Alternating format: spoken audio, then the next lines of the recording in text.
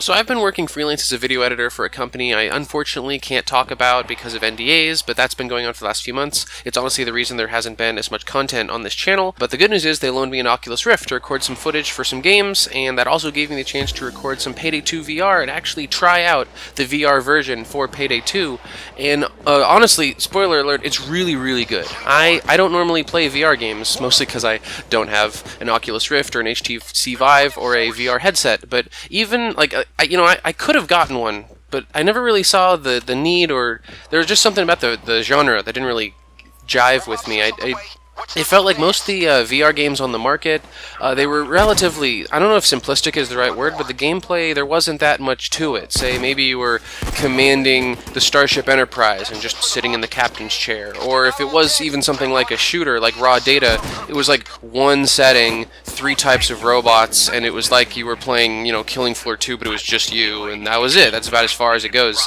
And there didn't seem to be that much content. There never, if you even wanted to consider playing a VR multiplayer game, the communities were really small. It didn't feel like they had that much staying power, and it felt like you were really gambling your money by buying a VR game just because there's so few people out there with VR headsets that would also be playing the same game as you. And then finally, because VR games are like brand new, all these games are brand new, which means their price tags are really high. Do you want to drop $60 on a VR game and hope that all these other downsides I've listed don't come back to bite you in the butt? Well, then get Payday 2, because it turns out that this game doesn't have any of those problems. I actually think that Payday 2 has the ideal model for a VR game, and I've been recommending Payday 2 to my friends with VR headsets, and pretty much only Payday 2. When they're like, what, Nick, you play a lot of video games, what have you heard of? I mostly just say, you guys should try out Payday 2, because it's not content strapped. There are so many heists and so much content for you to play. The fact that Overkill bundled it for free with the base game of Payday 2 means it's as cheap as Payday 2 is, which is insanely cheap. And there's going to be a huge player base because it integrates seamlessly with the PC community. And Payday 2 is one of the highest, one of the most played games on Steam. So there's always going to be people to play with, even years down the line. And so basically, overall, I'm going to have to give the VR game a 10 out of 10 because. And I haven't even gotten into the gameplay itself. The VR game, it plays quite well. I mean, so this was like my first heist ever. I had 1 or 2 heists offline, so I was still kind of getting the hang of things. I also have to note that I wasn't quite playing the game perfectly because I live in like a 25 square foot apartment. I did not have room, so for most of this footage, I was like on my bed. I'm gonna be honest, I was on my bed trying to play this VR game, and I was mostly sitting down for most of it, so I wasn't playing the game perfectly. I couldn't get that whole running around in a big 10 by 10 square foot area having the time of my life. So things are a little janky on there, but even then, the teleporting mechanic where you can kind of run around with pressing the joystick, that worked fine. Shooting was fine. The gameplay, it actually really impressed me with how it translated the PC, mouse and keyboard gameplay into using the Oculus Rift's little hand holder things. I'm honestly really impressed that a game from 2013 that's been through 15 trillion updates runs as well on VR as it does. Actually, I'm pretty surprised that Payday 2 is still humming along all these years from now. I was pretty surprised to check my dates on Steam and realize that I've been passionately playing and covering Payday 2 for the same length of time I passionately played and covered Team Fortress 2, my first gaming love. And it really is impressive to look back not just at the Payday VR, but Payday 2 as a whole, and look at what it's accomplished in its 2013 to 2018, 5 years of life. All the decisions and eras that this game has gone through, and really, Overkill has made some mistakes. What developer hasn't? But really look at a lot of the choices they made that stuck around. One of the very first decisions they made was that their DLCs would be playable by anyone, but only hostable by people who owned it, which meant that if you didn't own a certain, and this goes all the way back to Payday the Heist, if you didn't own the Payday the Heist Wolfpack DLC, you could still play Counterfeit and Undercover if you found somebody else who owned it, so they prevented splitting the community in that way.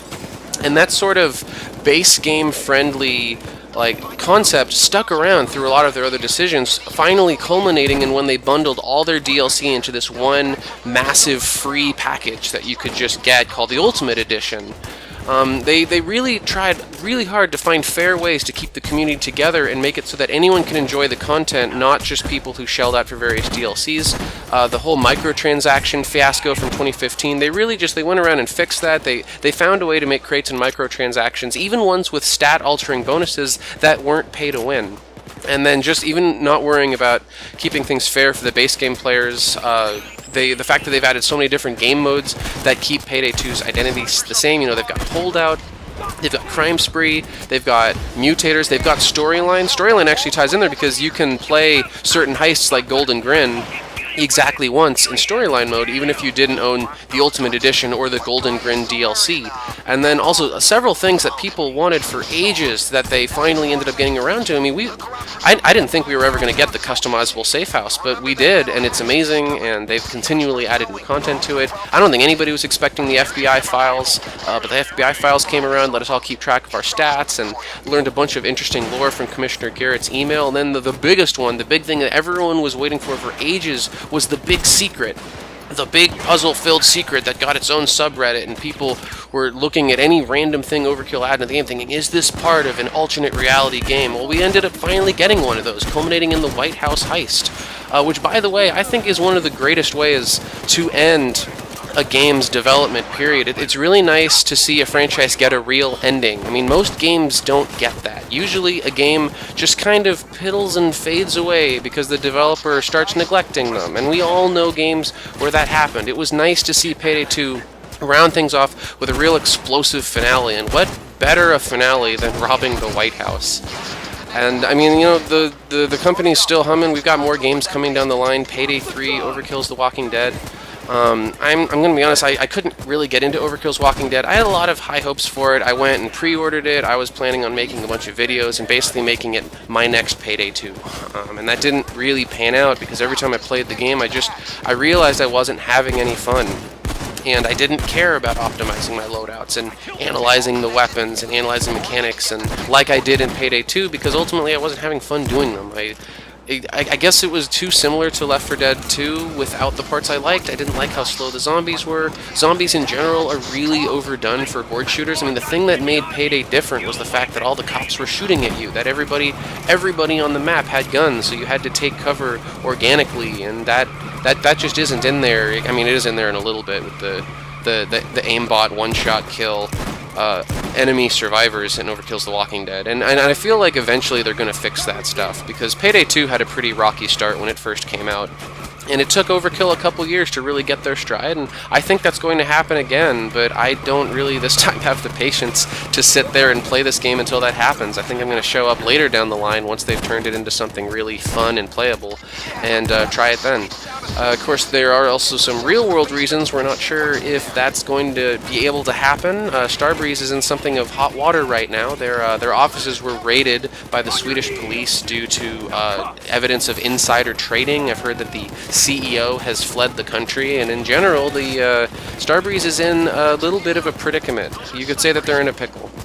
And the community, I've heard communities, the Overkill's Walking Dead community, the Payday community, wondering, what is this going to mean for the future of these franchises? Is Payday 3 ever going to actually come out? Is the Payday IP going to be sold to a different company? Will we be seeing these games that they've been talking about and supposedly developing for ages?